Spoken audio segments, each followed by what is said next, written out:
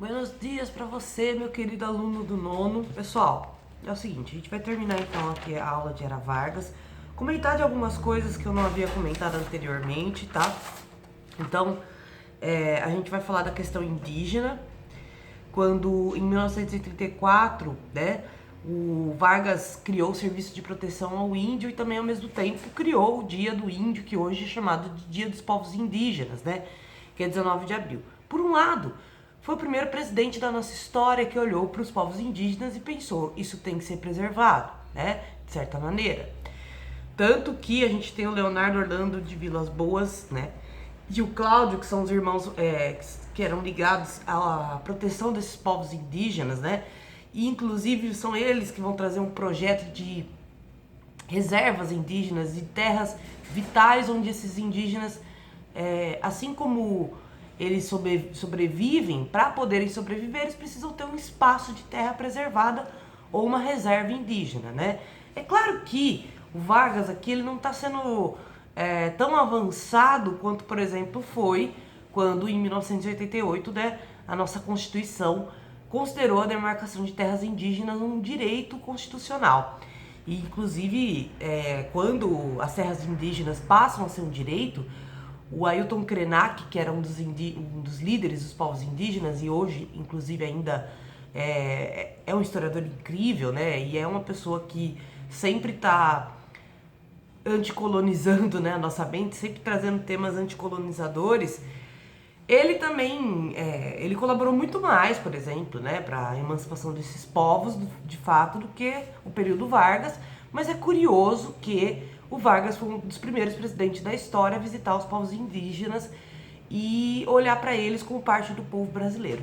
É claro que tinha um certo olhar preconceituoso, no qual eles olhavam, como que eu posso dizer, né, o Vargas ele desconsiderava que os indígenas eram diferentes entre si, eram etnias diferentes, tinham inclusive muitas vezes, apesar da cultura em comum, da língua, né, em comum, muitos hábitos diferentes. Então a gente dizer que é tudo índio ou que é tudo a mesma coisa é generalizar e é excluir toda a diversidade indígena que acontece no Brasil, tá? Além do mais, o Vargas tinha um intuito civilizatório. Ele nem sequer considerava totalmente essas civilizações vamos dizer assim, autossuficientes, né? Ele queria inseri-las no modo de produção capitalista que o Brasil vivia, o que acabou gerando um certo conflito, né? Uma vez que foi exatamente isso que os portugueses fizeram, né? E que causou toda a destruição de vários povoados indígenas, né? A gente sabe, galera, que foi pelo menos em cada século da história do Brasil 100 mil indígenas por século que foram assassinados, perseguidos, foram desapropriados, né, das suas terras, entre outras coisas. Então, foi um ato simbólico do Vargas, mas ao mesmo tempo a gente fica com o pezinho atrás, né? Ainda mais que esse intuito de, não, a gente é amigo do indígena, só que ao mesmo tempo a gente não aceita a cultura dele, né? No Brasil, a gente vai ter um problema grave. Um minutinho, gente. Todo dia, na hora que eu acordo com o olho lacrimejando muito, sabe? Não sei porquê. Então, o Brasil, quando ele se alinha aos aliados, galera, em 1943, muitos problemas começaram a acontecer dentro do Brasil, porque o Vargas começou a usar isso como pretexto para vigiar a população, né? Ainda era o período do Estado Novo, e aí ele vai pegar todas essas populações que, de certa maneira, descendem de italianos, de alemães, né, e de japoneses, e vai basicamente vigiar essa população.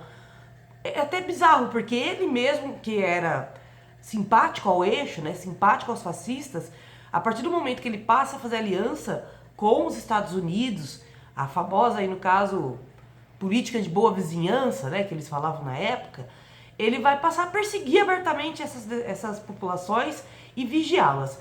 Na visão dos historiadores, foi só um pretexto para o Vargas criar um dos órgãos políticos mais poderosos dele, que é o DOPS, né? Departamento de Organização Política e Social, que vigiava tudo em torno da comunidade italiana, da comunidade japonesa, né, nipo-brasileira, e ao mesmo tempo também dos alemães. De certa maneira, algumas pessoas vão dizer, mas ele estava certo, porque a maioria dos nazistas no Brasil eram descendentes de alemão. mas ele estava muito errado ao mesmo tempo, porque ele violava a correspondência dessas pessoas para poder ver se tinha alguma associação com o eixo. Ele fazia políticas autoritárias, né? Ele usava essa polícia, porque na verdade o que? O DOPS é uma polícia. Tanto que hoje em dia, o que é o DOPS? É a PM, né? Ela foi uma organização política social que se tornou a PM, né? E aí ele usava muita força para poder coagir essas pessoas. O exemplo disso é que até times de futebol, galera, tiveram que mudar a postura. Por exemplo, o Palmeiras, ele foi criado por imigrantes italianos, né? Que eram organizados por um sindicato. E ele se chamava Palestra Itália até então. E depois da política do Vargas de perseguição a esses povos, eles mudaram o nome para Palmeiras. Mas anteriormente era Palestra Itália.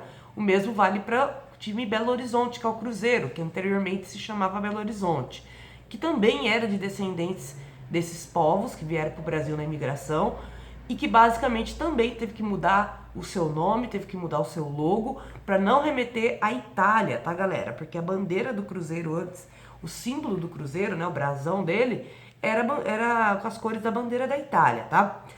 Outro fator importante do Estado Novo foi que ele industrializou o Brasil, né? E isso foi uma sacada de gênio, porque industrializar ele iria agradar a burguesia, porque ele forneceu material para a burguesia criar grandes indústrias brasileiras, mas ao mesmo tempo ele agradava o povo, porque coisas que eram caríssimas, que a gente precisava ficar importando, a partir de agora vão ser produzidas no Brasil e o consumo nosso seria mais baixo. Pessoal, a lógica de um estatista que se diz nacionalista, como Vargas, é essa. Realmente criar uma indústria nacional, né? É triste que hoje a gente está vendo um processo de desindustrialização poderosíssimo no Brasil e perigoso, uma vez que o Vargas só conseguiu fazer a gente superar, de certa maneira, a crise de 1929 com esses grandes projetos de industrialização, grandes obras públicas, fazendo de fato e gerando emprego, né? E gerando de fato também vantagens para a burguesia nacional, a ponto da burguesia ficar até em partes agradecida do lado do Vargas. Então ele vai criar grandes metalúrgicas, porque essas empresas de ferro, né, e produção de metal são essenciais para poder se ter mais empresas, inclusive para poder se ter uma indústria de base, tá? Ele vai impulsionar a Petrobras, né, ao mesmo tempo. E ele, além da siderúrgica nacional que ele vai criar o Vale do Rio Doce, tá bom? Que também era uma empresa de mineração, mas a Vale existe até hoje, tanto que a Vale foi responsável por aquele desastre em Mariana, né? Pessoal, é que a Vale hoje é privatizada, por isso que aconteceu tudo aquilo. Se ela fosse uma empresa nacional, teria um pouco mais de rigor, né? Teria um pouco mais de... toda empresa que é federal, que é nacional, eles passam geralmente por... como que eu posso dizer? Fiscais, entre aspas, que são mais rigorosos do que muitas empresas privadas, tá? Então, de certa maneira, ele criou essa siderúrgica do Brasil, a Vale do Rio Doce, que foi privatizada, infelizmente, né? E a Petrobras. Isso num curto espaço de tempo de 10 anos. E isso já fez uma diferença enorme na vida dos brasileiros, né? Tanto que pós-Vargas vai ficar muito fácil trazer outras indústrias para o Brasil. Primeiro, galera, uma questão de lógica. Muito fácil de entender também.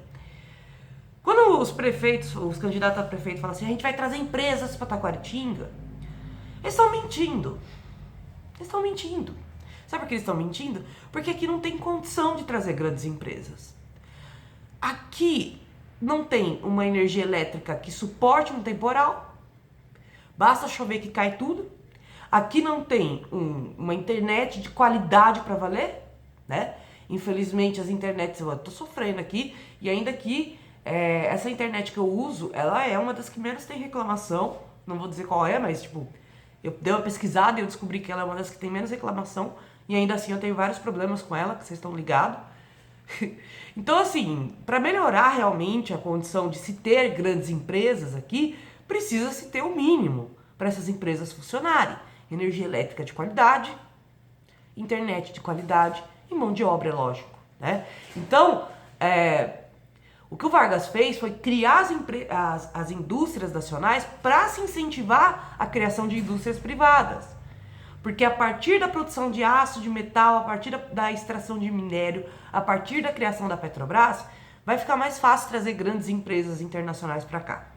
Até porque, por exemplo, empresas automobilísticas se interessariam mais num país que tem uma abundância maior de combustível, né? Para poder se produzir aí, para poder se utilizar, na verdade, né, os carros, caminhões, dentre outras coisas. Então, a questão de criar empresas de base, o que a gente chama de empresas de base, são essas empresas que garantem um mínimo para poder trazer outras, entende? Então, ele fez esse grande avanço, né, na industrialização do Brasil, ao mesmo tempo que ele garantiu os direitos trabalhistas. Então, ele deu uma sacada de mestre, né? Ele, ao mesmo tempo que ele deu um aval para a burguesia de poder produzir nacionalmente, ele também deu o aval para o trabalhador para não se sentir ameaçado por essa burguesia em ascensão. Apesar que essa burguesia vai se fortalecer o suficiente para dar um golpe em 1964, né? Então, aqui tá na partida de vocês, está falando sobre o Vargas criar a fábrica de motores nacional também, né, que são bens de capital, porque às vezes as empresas, galera, eles criam empresas que produzem peças específicas, né? Então, uma empresa que produz, por exemplo, o hardware de um computador, que é a parte física do computador, muitas vezes está no Brasil. Por mais que você compre um computador que é preço de indústria internacional, muitas vezes a produção da parte básica desse computador, né, da parte física dele, foi feita aqui no Brasil, né? Até onde eu sei, estavam produzindo isso, não sei se estão produzindo mais, porque a gente não sabe. Teve uma desindustrialização muito forte ultimamente, né? Isso é uma coisa que a maioria das pessoas não sabe e que explica muito o aumento dos preços tão grande. E também, de certa maneira, a política atual, né, gente? Que beija o pé dos Estados Unidos. Uma coisa é você ter aliança com os Estados Unidos, outra coisa é você dar toda a sua indústria para eles, né? Como aconteceu no caso com a Petrobras, logo que aconteceu o impeachment da Dilma. E que ficou muito claro que o impeachment dela foi para isso mesmo, né? Para vender a Petrobras para os outros países, né? E aí a gente reclama que a gasolina tá alta. Então, qual que é a ideia de populismo e o que é uma cidadania? No populismo, seus direitos políticos são negados. No populismo, você não pensa, o líder pensa por você. E aí fica muito perigoso, porque você acredita mesmo que o líder é capacitado para estar ali, blá blá blá. Só que um líder que pensa por si só, sem a pressão da sociedade civil, pode se tornar um líder extremamente egoísta, tirano. De fato, Vargas foi tirano em muitos períodos. Tanto que o que eu falei do DOPS vigiar as populações imigrantes que eram oriundas dos países do eixo, não é brincadeira não, galera. Isso aconteceu mesmo e foi pesadíssimo. A comunidade japonesa relata bastante esse preconceito da época que ele tinha com essas pessoas. Eles eram proibidos, inclusive, de falar sua língua, né? Eles não podiam falar a linguagem deles, eles eram obrigados a falar português. E quando eu digo eles eram proibidos, era proibido mesmo. O Vargas criou um decreto que proibia eles de falar outras línguas, né? Bizarro, né? E ao mesmo tempo, na cidadania você tem os seus direitos garantidos, na cidadania você pode se organizar socialmente para pressionar o Estado para atender pautas populares, tá? Então o que é verdadeiramente popular? A cidadania, tá? O que é populista? Quando o líder se faz, né, entre aspas, ser representado pelo seu povo, mas ele usa essa simpatia do povo para as coisas que ele quer fazer, tá? Então, basicamente, galera, vocês vão ter uma atividade para fazer para mim, atividade 4. Essa finalização de aula foi bem simples, tá? Na página 207 a gente tem a atividade 4 para vocês fazerem. E é isso mesmo. Caraca, terminamos uma apostila, hein, molecada? É isso aí. Espero que vocês estejam bem e até a próxima.